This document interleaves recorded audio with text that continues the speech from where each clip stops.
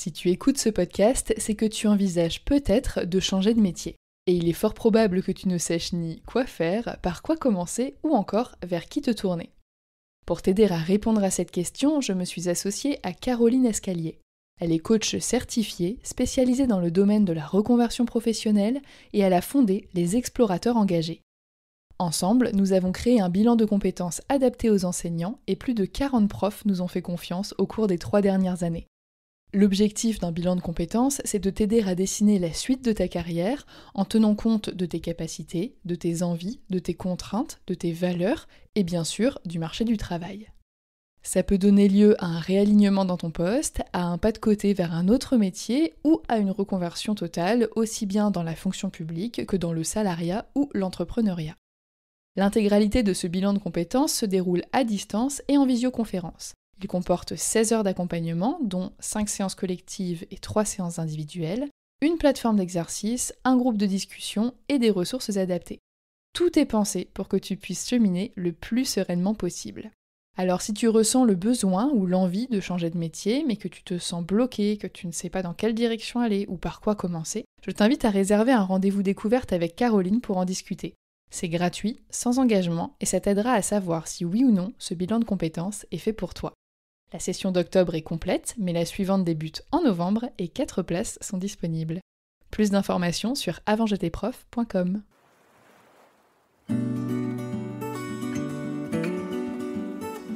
C'est décidé.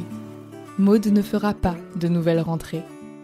Elle s'est donné 1 an pour changer de métier et elle a accepté de tout documenter. Ses envies, ses doutes, ses décisions, ses peurs. Ce n'est pas du courage qui sépare les profs des ex-profs, ou du moins pas seulement. C'est de l'acceptation, des concessions, des nuits sans sommeil, des questionnements à n'en plus finir et des dizaines de petits pas. Vous écoutez la série Immersion Reconversion d'Avant j'étais prof, un podcast créé par une prof reconvertie pour les profs en reconversion.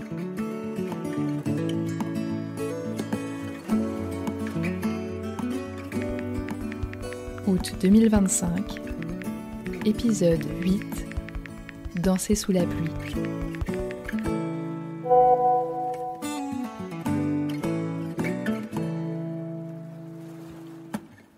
Hello Florence, nous sommes le 23 août et me voilà installée à Madrid. Alors pas officiellement encore parce que les procédures administratives ici sont très très longues, j'imagine un peu comme partout, mais c'est compliqué d'avoir des rendez-vous pour obtenir les papiers officiels pour vivre en Espagne et on m'a déjà recalé pendant un premier rendez-vous au bout de 10 minutes parce que je n'avais pas le bon document. Voilà, c'est comme ça, donc je garde le mantra, je lâche prise et chaque chose en son temps, de toute façon c'est comme ça et à un moment tout va bien se débloquer. Bref, du coup, retour sur mon été, je me suis pris 15 jours de vraies vacances pour décompresser. Mais sinon, j'ai passé mes journées à trier mes affaires, à gérer mon appart pour la location et à préparer le déménagement, voir mes amis et la famille avant de partir. Et du coup, niveau reconversion, j'ai eu mon premier entretien d'embauche en visio en espagnol, donc pour une école privée, pour donner des cours du soir de français et d'anglais. Donc au final, j'ai quand même postulé sur des postes pour être prof. Et c'est là où je me suis rendu compte que j'avais quand même pris confiance en mes compétences. Parce que même si c'était en espagnol, l'entretien, je connais mon métier et j'avais toutes les ressources pour me dire que j'étais une candidate qui pouvait vraiment réussir à se vendre, entre guillemets, parce que c'était le but. Mais j'ai aussi vite compris que je n'avais plus un si bon niveau d'espagnol comme je le pensais. Et c'était compliqué de répondre à certaines questions de l'entretien. Donc c'est là que je me suis dit, ah ouais, donc l'espagnol quand même, va falloir que je le bosse. Et j'ai pas voulu au final prendre ce poste parce qu'il fallait que je me forme en ligne à leur méthode, c'est un peu à la Montessori, et que je signe un document de confidentialité et d'obligation de non-divulgation. Donc c'était un peu bizarre, je me demandais si ça allait m'empêcher au final d'enseigner à côté avec mes propres méthodes, parce que bon, leur méthode, forcément, elle recoupe des enseignements qu'on fait de manière générale. Et j'aurais été payée 11 € brut de l'heure, ce qui fait 8 € à peu près net. Et c'était pour 15 heures de cours. Donc j'étais ouais, non, c'est quand même pas l'idéal. En tout cas, c'était très formateur. Et encore une fois, je pense que j'ai eu moins peur parce que ça fait 2 ans que je commence à me renseigner pour faire autre chose, que j'ai fait des CV, que j'ai passé des entretiens au Greta, que je suis allée de l'avant pour faire les enquêtes métiers. Et du coup, ça m'a lentement habituée à déclencher les entretiens, à poser, répondre à des questions, à des professionnels qui sont hors l'éducation nationale. Et donc forcément, plus on en fait, moins on est stressé et plus on est à l'aise. Et donc, je prends tous ces steps comme vraiment des expériences. Toutes démarches que j'ai faites ces dernières années, en fait, elles m'ont permis de sortir de ma zone de confort et d'évoluer et du coup de pouvoir avancer. Et pendant l'été, l'Alliance française m'a écrit en me proposant un entretien en présentiel début septembre pour être professeur de français autonome. Donc, j'imagine que ça va être à mon compte. J'ai pas énormément d'infos.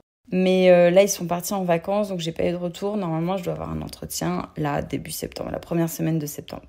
On verra bien ce que ça donne. En tout cas, les journées passent vite et je sens que la deadline du 1er septembre approche à grands pas pour plein de choses, pour la sécurité sociale, pour le travail, pour plein de choses. Et voilà, j'ai toujours rien. La grande chance d'être professeur, c'est que j'ai eu juillet-août pour faire les choses proprement. J'ai fait agent immobilier comme un job à plein temps parce que ça me coûtait trop cher de passer par agence pour mon appart. Mais au final, je me disais, j'ai le temps, donc je vais le faire. Et j'ai pris plaisir à faire. Donc ça, c'était quand même une bonne expérience. Et j'ai pu m'installer à Madrid sans problème en prenant le temps de tout faire, de tout ranger, de tout trier. Et puis, il faut se le dire, c'est qu'on a quand même le salaire d'août qui va arriver et qui me permettra sûrement de tenir un peu pour septembre.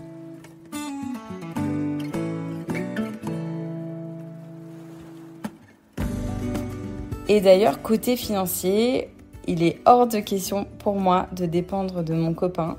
J'ai toujours été indépendante financièrement et indépendante dans ma vie de manière générale. Et c'est clair que j'ai la chance d'avoir quelqu'un qui peut me loger et que j'ai pas d'urgence là de payer un loyer. Mon appartement à Nantes, il est loué. Et pendant tout le temps de ma reconversion, je m'étais fait tous les scénarios possibles, sachant que je voulais partir de l'éducation nationale. Je ne savais pas quand, mais étant donné que c'était sûr pour moi de donner ma dispo, avec ou sans mon copain, j'aurais pris ma dispo. Donc c'est important pour moi de pouvoir rester dans cette optique de me dire, s'il n'était pas là, en fait, je serais quand même partie. Et vu que j'aurais pas pu continuer de payer mon crédit pour l'appart, car le remboursement il est assez élevé, soit je serais partie vivre en coloc ou dans un autre scénario, je serais retournée chez mes parents, le temps de trouver un travail et de faire une formation. Bon là, il s'avère que j'ai mon copain qui habite à Madrid et c'était une chance pour moi en fait de profiter de ma dispo pour venir m'installer avec lui. Donc en fait, c'est pour dire que chaque situation est différente et qu'il ne faut pas comparer. Et lorsqu'on a fait le bilan de compétences, il fallait s'imaginer justement tous les scénarios possibles, c'est-à-dire dans quelle mesure on est capable en fait de subvenir à nos besoins, dans quelle mesure on est capable d'être aidé à côté s'il y a besoin, etc. C'est des concessions qu'on est prêt à accepter pour démarrer à nouveau. Et voilà, moi, mes concessions, j'ai envisagé toutes les possibilités. Et je m'étais dit, en fait, ça c'est possible, ça c'est possible, ça c'est possible. Et c'est pour ça que ça m'a un peu... j'ai relativisé de poser ma dispo, même si j'avais pas de travail. Et d'ailleurs, c'est pour ça que j'ai pas voulu démissionner, parce que rien n'est figé. Si ça se passe pas bien, je peux toujours reprendre mon appartement à Nantes et je peux revenir dans l'académie de Nantes l'année prochaine. Donc il n'y a aucune fatalité. Je me laisse ma chance de vivre ma vie à Madrid avec mon amoureux et de me chercher professionnellement. Pour l'instant, c'est ça, en fait, que je me rends compte ce dont j'ai besoin. J'ai envie de découvrir et de tester parce que même après 2 ans de questionnement, je ne sais toujours pas dans quel domaine m'orienter. Donc, en fait, il faut juste que je passe à l'action. Et je pense que le fait d'avoir donné ma dispo m'a obligée, en fait, à passer à l'action. Que si j'étais restée prof, je serais faite, même si là, j'ai passé les entretiens du Greta, etc. J'ai passé des annonces pour travailler dans les hôtels, etc. Mais j'y allais pas franco. Et encore une fois, chaque situation, elle est tellement différente et unique. Moi, j'ai passé un temps monstrueux à comparer ma situation à celle des autres au lieu de me concentrer sur moi. Et franchement, je comprendrais que certaines se disent qu'ils ou elles ne pourraient jamais faire ça, prendre une dispo sans savoir ce qu'ils ou elles vont faire.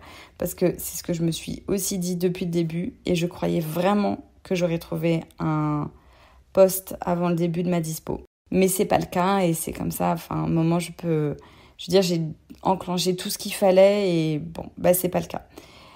Par contre, rien que de penser à la rentrée, ça me redonne de l'énergie dans mes démarches actuelles. Car je sais pourquoi je suis partie et ça a été vraiment longtemps mûri. C'est un métier qui m'a passionnée et il a fallu que je sache vraiment au fond de moi pourquoi je le laissais. Et maintenant que je suis alignée avec cette décision, j'arrive à prendre de la distance sur le côté stressant de la recherche d'emploi.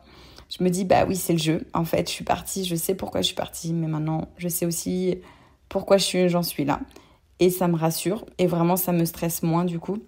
Et quand en ce moment je vois à quel point c'est compliqué de faire les démarches administratives pour m'installer en Espagne et de trouver un travail, je me dis franchement ce que je vis en ce moment, c'est rien à côté de toutes les expériences que j'ai vécues ces dernières années, depuis tout le temps en fait. Et donc ça devient plutôt de l'adrénaline pour démarrer cette nouvelle vie. Donc pour résumer, même si j'avais aucune piste de travail en prenant ma dispo, je sentais vraiment au fond de moi que c'était le moment de la prendre.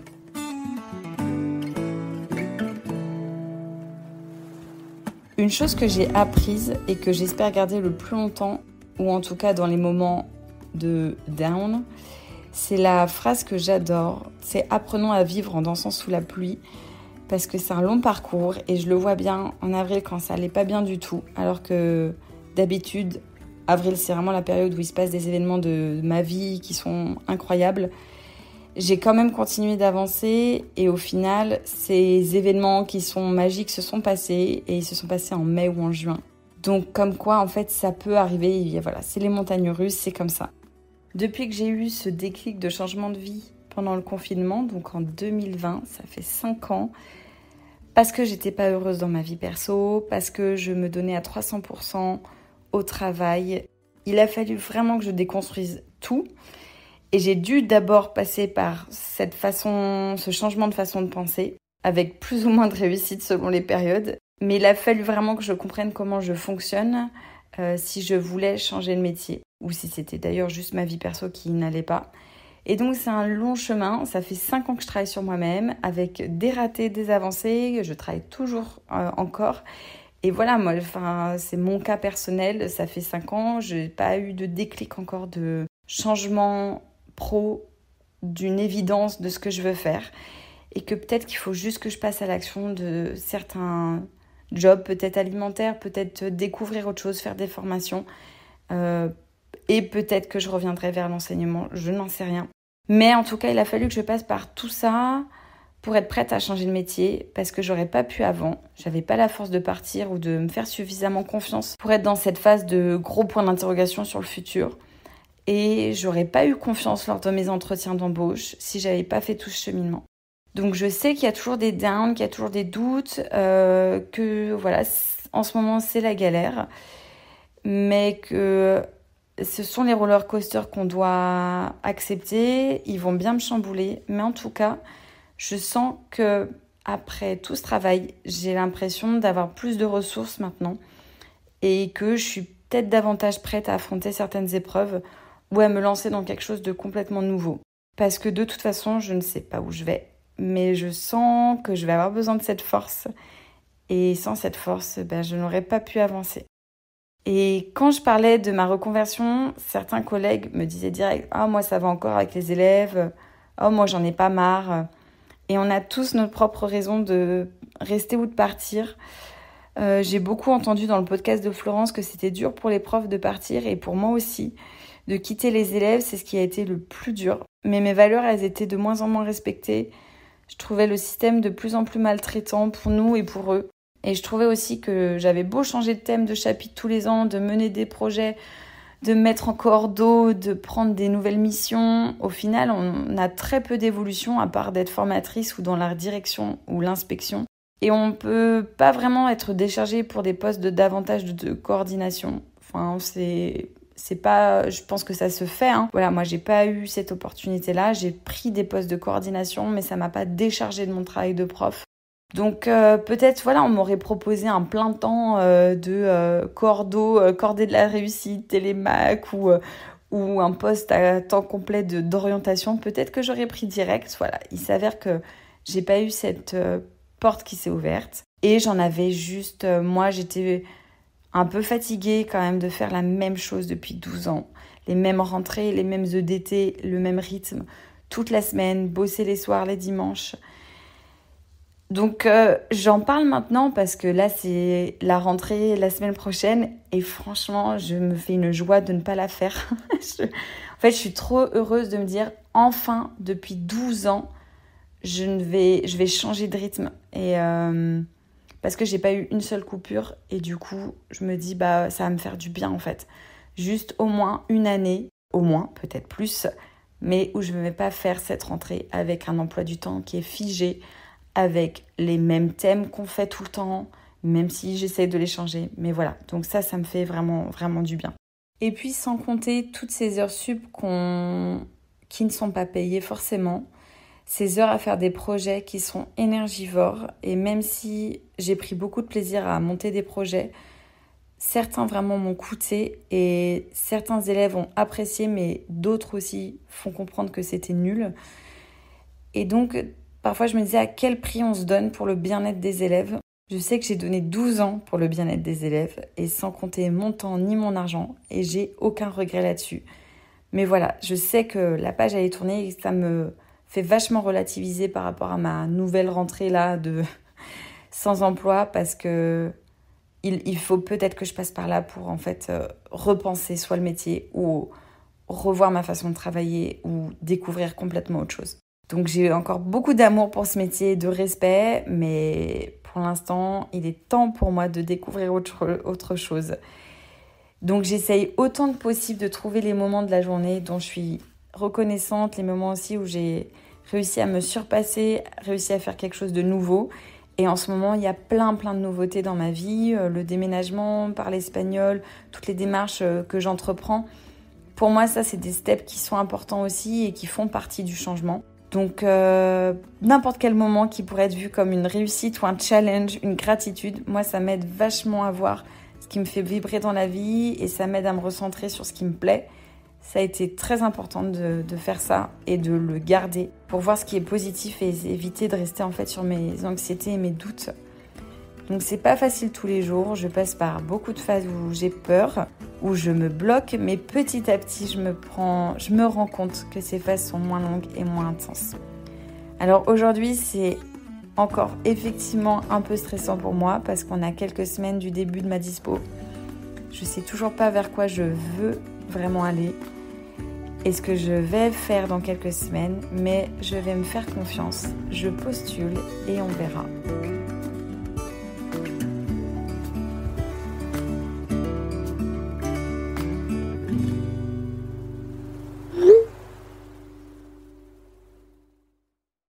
Merci d'avoir écouté cette série d'épisodes jusqu'au bout. Immersion reconversion est un concept que j'ai gardé en tête de nombreuses années avant d'oser lui donner vie et je suis très heureuse de l'avoir enfin fait. Je suis évidemment ravie que la série vous ait plu et j'ai constaté grâce à vos commentaires que l'objectif était atteint. J'ai reçu des témoignages de profs en pleine reconversion qui se sont reconnus dans les mots de Maud et ça leur a fait du bien de se sentir moins seuls. Et étonnamment, j'ai aussi reçu des messages de profs qui avaient déjà changé de métier et qui ont pris conscience de tout ce qu'ils avaient accompli en écoutant ces épisodes avec du recul.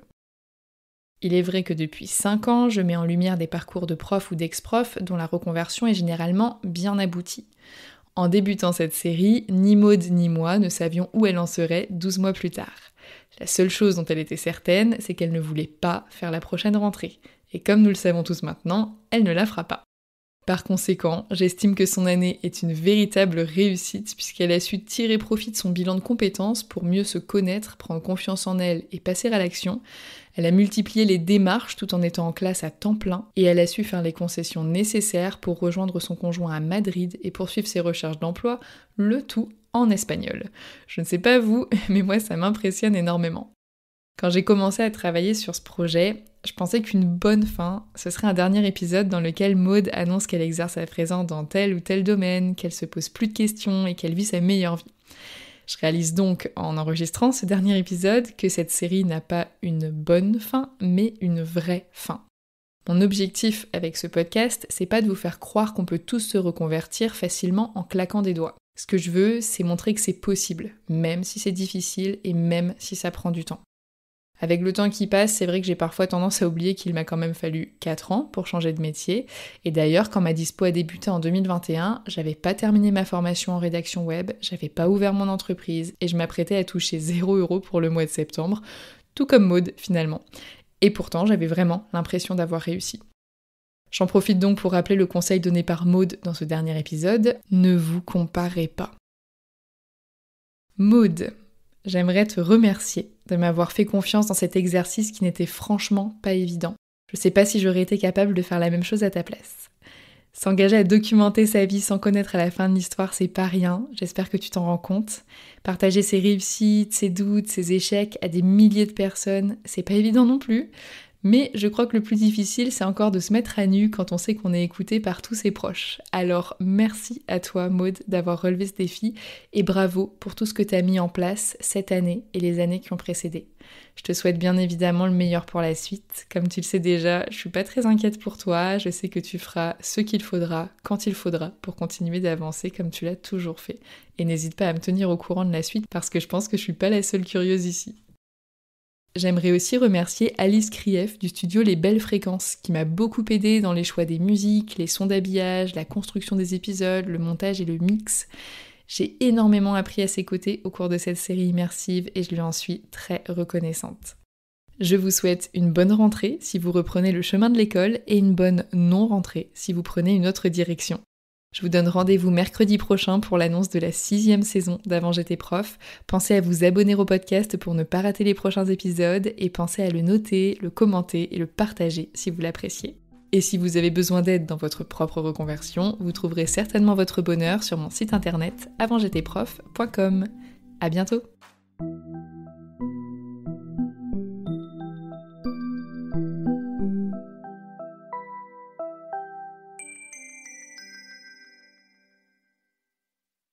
Si tu écoutes ce podcast, c'est que tu envisages peut-être de changer de métier. Et il est fort probable que tu ne saches ni quoi faire, par quoi commencer ou encore vers qui te tourner. Pour t'aider à répondre à cette question, je me suis associée à Caroline Escalier. Elle est coach certifiée, spécialisée dans le domaine de la reconversion professionnelle et elle a fondé les Explorateurs engagés. Ensemble, nous avons créé un bilan de compétences adapté aux enseignants et plus de 40 profs nous ont fait confiance au cours des 3 dernières années. L'objectif d'un bilan de compétences, c'est de t'aider à dessiner la suite de ta carrière en tenant compte de tes capacités, de tes envies, de tes contraintes, de tes valeurs et bien sûr du marché du travail. Ça peut donner lieu à un réalignement dans ton poste, à un pas de côté vers un autre métier ou à une reconversion totale, aussi bien dans la fonction publique que dans le salariat ou l'entrepreneuriat. L'intégralité de ce bilan de compétences se déroule à distance et en visioconférence. Il comporte 16 heures d'accompagnement, dont 5 séances collectives et 3 séances individuelles, une plateforme d'exercice, un groupe de discussion et des ressources adaptées. Tout est pensé pour que tu puisses cheminer le plus sereinement possible. Alors si tu ressens le besoin ou l'envie de changer de métier, mais que tu te sens bloqué, que tu ne sais pas dans quelle direction aller ou par quoi commencer, je t'invite à réserver un rendez-vous découverte avec Caroline pour en discuter. C'est gratuit, sans engagement, et ça t'aidera à savoir si oui ou non ce bilan de compétences est fait pour toi.